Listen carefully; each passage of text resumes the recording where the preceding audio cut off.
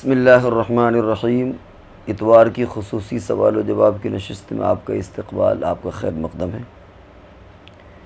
ہمارے سامنے سب سے پہلا نام شہاب الدین ہے، لیکن انہوں نے ایک آڈیو بھیجا ہے حج کے تعلق سے کہ اس میں حج کمیٹی والے پیسے پہلے جمع کرا رہے ہیں اور اس پیسے کو بینک میں جمع کر کے انٹرسٹ کھا رہے ہیں، تو کیا حج میں جائیں نہ جائیں اور کیا کریں کیا نہ کریں۔ یہ اصل میں مسئلے سے زیادہ یہ پولیٹیکل سوال ہے۔ ظاہر ہے حج کو جانا ہی جانا ہے اور آپ کے پاس کوئی اور ذریعہ بھی نہیں ہے، کوئی اور وسائل بھی نہیں ہے۔ جو کمیٹی والے ہیں ان کا ریٹ، کمیٹی سے جو پرائیویٹ والے ہیں ان کا ریٹ اور زیادہ ہے، 6 لاکھ 7 لاکھ بہت زیادہ ہے، دگنا اور ڈیڑھا یا دگنا کے قریب ہے۔ تو اور کوئی شکل نہیں ہے، تو جہاں اپنا بس نہیں اس میں آپ کیا کر سکتے ہیں۔ پھر دوسرے ہے کہ آپ کو انہوں نے کہا کہ قسط جمع کرنی ہے، اب اس قسط کا کیا کرتے ہیں، اس سے آپ سے کیا لینا دینا۔ قسط آپ نہیں جمع کریں گے حج میں نہیں جا پائیں گے۔ اب آپ کو حج میں جانا ہے تو آپ قسط جمع کر دیجیے، اب وہ چاہے 3 مہینے جمع کریں اور چاہے سال بھر پہلے جمع کریں، آپ کے بس کا کچھ نہیں ہے۔ تو جہاں پر انسان کی استطاعت میں کوئی چیز نہ ہو وہاں پر پریشان ہونے کی ضرورت نہیں ہے۔ لہذا جن کو حج میں جانا ہے وہ جائیں، قسطیں جمع کریں، اور یہ کہ وہ قسطوں کا کیا کرتے ہیں اور اتنے پہلے کیوں لیتے ہیں وہ ہمارے اور آپ کے بس میں ان کو پابند کرنا یا کوئی قانون بنانا نہیں ہے۔ دوسرا نام محمد عمر، انہوں نے فوٹو بھیجا اور کہا ہے کہ اس پریئر کے بارے میں بتا دیجئے۔ تو آپ خود ہی پڑھے لکھے ہوں گے، اتنا معلوم ہوگا کہ جگہ جگہ پر فادر کا نام آیا ہے، اور جو انداز اس میں انگریزی کی جو پریئر ہے تو وہ تو عیسائیوں کی ہے، تو اتنا تو خود ایک مسلمان کو معلوم ہونا چاہیے کہ فادر کس کو کہا جاتا ہے اور کس اعتبار سے کس کی عبادت ہوتی ہے۔ تو اس لیے خود آپ اندازہ لگا لیں۔ Lord periods our father who arts is heaven, تو فادر جو لفظ ہے عام طور سے عیسائی حضرات بولتے ہیں، ہماری جہاں تک معلومات، اس لیے اس طرح کے پریئر نہ صرف یہ کہ ناجائز بلکہ حرام ہے، بالکل دور رہنا چاہیے۔ شرک کی آمیزش ہوتی ہے اس طرح کی پریئر میں۔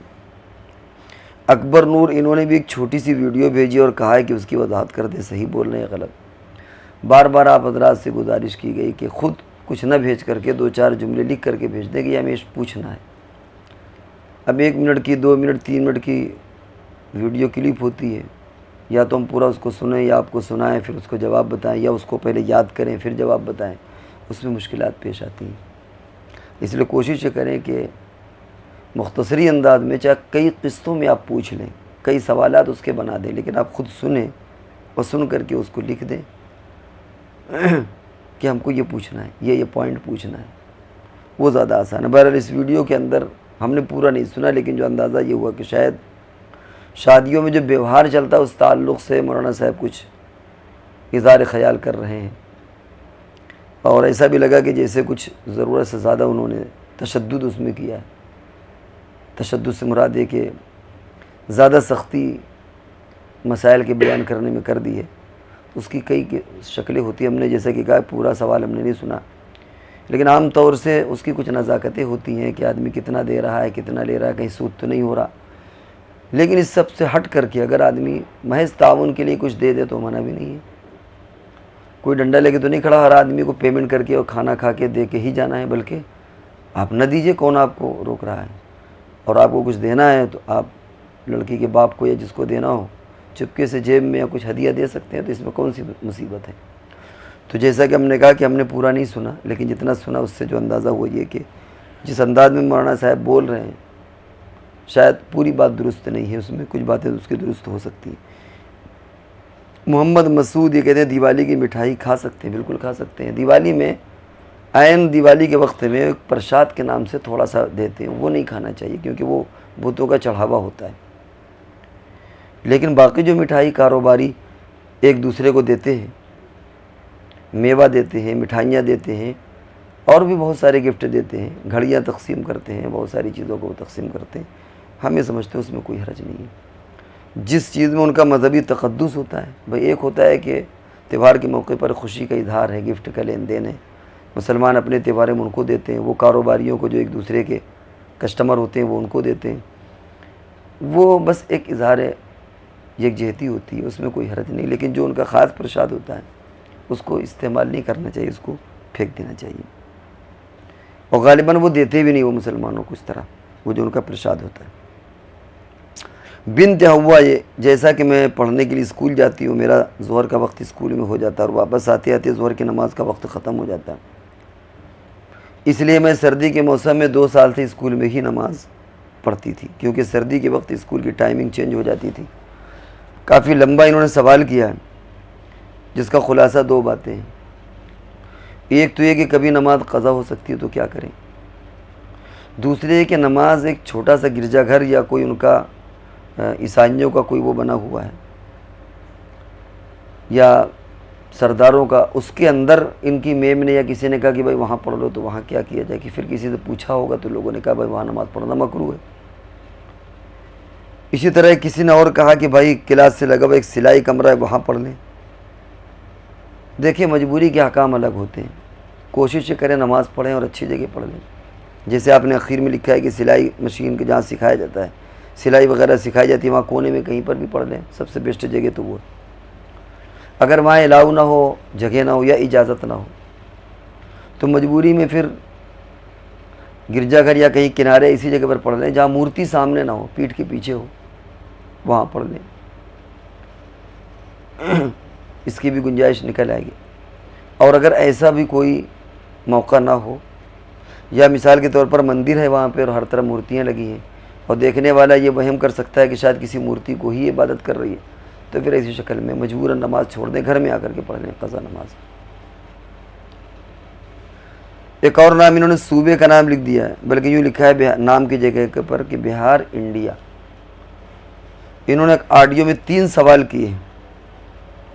اب دیکھیے آڈیو میں یہی دقت آتی ہے کہ سوال کس طرح اس کو آپ کو سنوایا جائے اور پھر اس کے بعد اس کا جواب دیا جائے، کیونکہ کبھی کبھی سوالات ذہن سے نکل جاتے ہیں کہ آڈیو میں کیا سوال ہے، لکھا ہوا سوال تو نظر آ جاتا ہے پڑھنے میں، لیکن جو سنا ہوا ہوتا ہے وہ 3 4 آڈیو میں سمجھ میں نہیں آتا کون سا سنا ہے۔ بہرحال ہم اس کو سنتے ہیں، پھر اس کے بعد مختصر اس کا جواب دیتے ہیں۔ عبدالرشید صاحب، حضرت میرا آپ سے ایک سوال تھا کہ آج کل جو اسکولس میں، کالجز میں، یونیورسٹیز میں یہاں پہ بہت سارے کتابیں بھی ہوتی ہیں جو ناولس کی ہوتی ہیں، کہانیوں کی ہوتی ہیں، اسٹوریز کی، جس میں جو پوئٹس ہوتے ہیں انڈیا۔ ان کا پوچھنا یہ ہے کہ اسکولوں میں یا لائبریریوں میں بہت سی ناولس ہوتی ہیں انگریزی وغیرہ کی، اس میں سارے قصے سچے نہیں ہوتے، تو کیا ہم انگریزی سیکھنے کے لیے ان ناولوں کا استعمال کر سکتے ہیں، پڑھ سکتے ہیں؟ ہم نے یہی سمجھا ان کے سوال سے، اس کی گنجائش ہے جب تک کہ کفریہ شرکیہ چیزیں نہ ہوں۔ اگر اس طرح کی کوئی ناول ہو لیکن فحش نہ ہو، کبھی کبھی ناول سے بچکنا نہیں چاہیے، ہر ناول بری نہیں ہوتی، نام ناول کا ہوتا ہے، صرف ناول کا مطلب یہ ہوتا ہے کہ ایسی چیز جس میں کشش ہو، کوئی ضروری نہیں کہ وہ ابھی فلسطین کے جو یحییٰ سنوار شہید ہوئے ان کی بھی ایک بایوگرافی اپنی انہوں نے جو بہت ساری باتیں لکھی، اس کا بھی ناول نام دیا جا رہا ہے، حالانکہ وہ آپ پڑھیں تو آپ کا تو ایمان تازہ ہوگا۔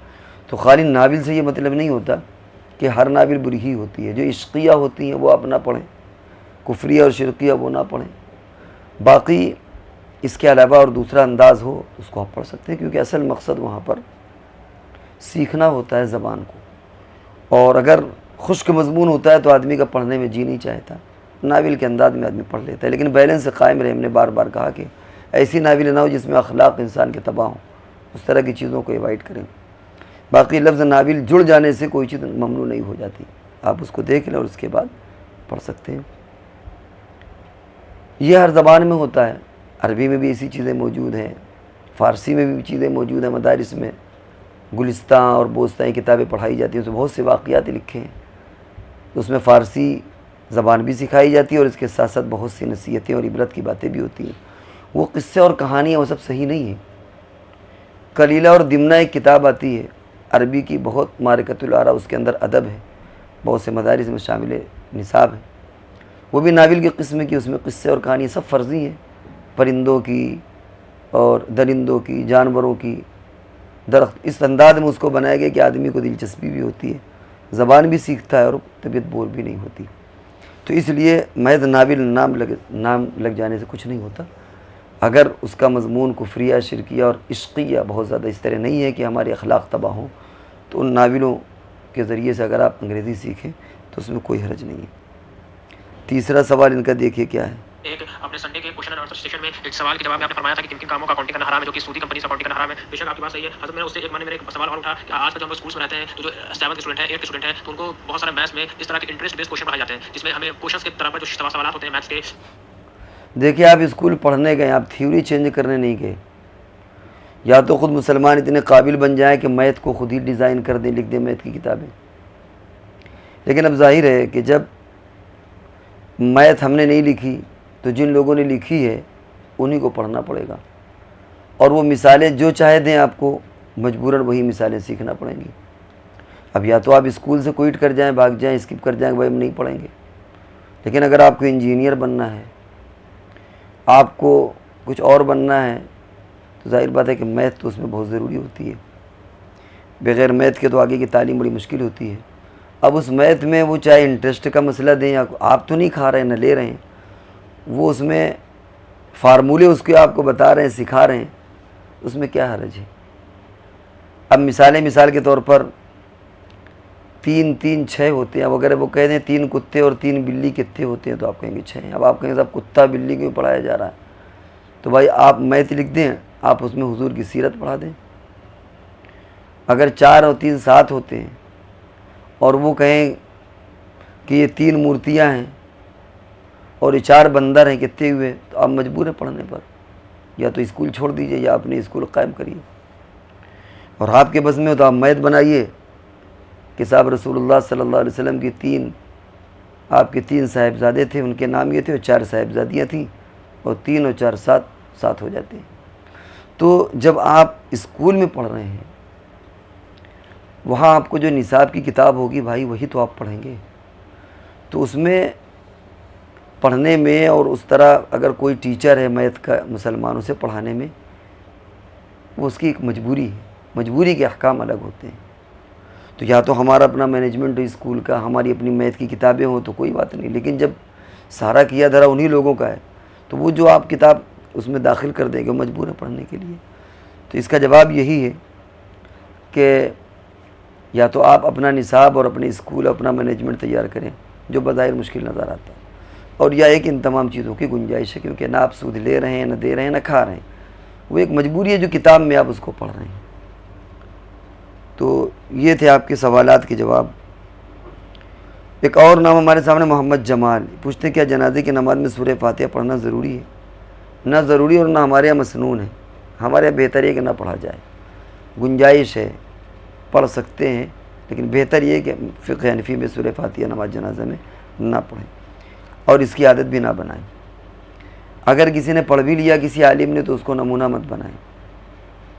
وہ ہم مثال نہیں دینا چاہتے، ویڈیو بھی لمبی ہوگی. پچھلے سال اس طرح کے کچھ واقعات اس طرح کے آئے کہ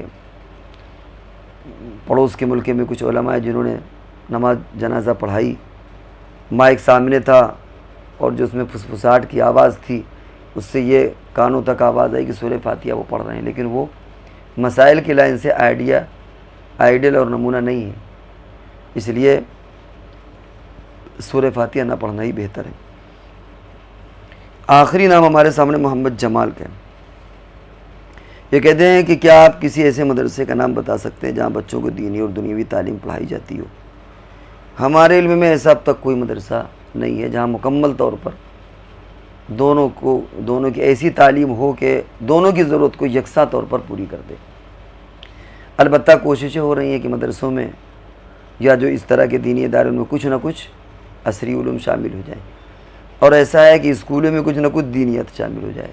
لیکن غالب ایک ہی چیز رہتی، مغلوب دوسری چیز رہتی ہے. اگر آپ سوچیں کہ کوئی ایسا ہندوستان میں ادارہ موجود ہو جو یکساں طور پر آدمی کو عالم اور مفتی بھی بنا دے اور ڈاکٹر اور انجینئر بھی بنا دے، تو کم از کم اب تک کی تاریخ میں یہاں یہ چیز ناممکن ہے، اور شاید آئندہ بھی ایسا ممکن نہ ہو سکے. تو یہ رہے آپ کے سوالات کے جواب. اب ہم اگلی نشست تک کے لیے آپ سے رخصت ہوتے ہیں. جب تک کے لیے اجازت دیجیے. السلام علیکم ورحمۃ اللہ وبرکاتہ.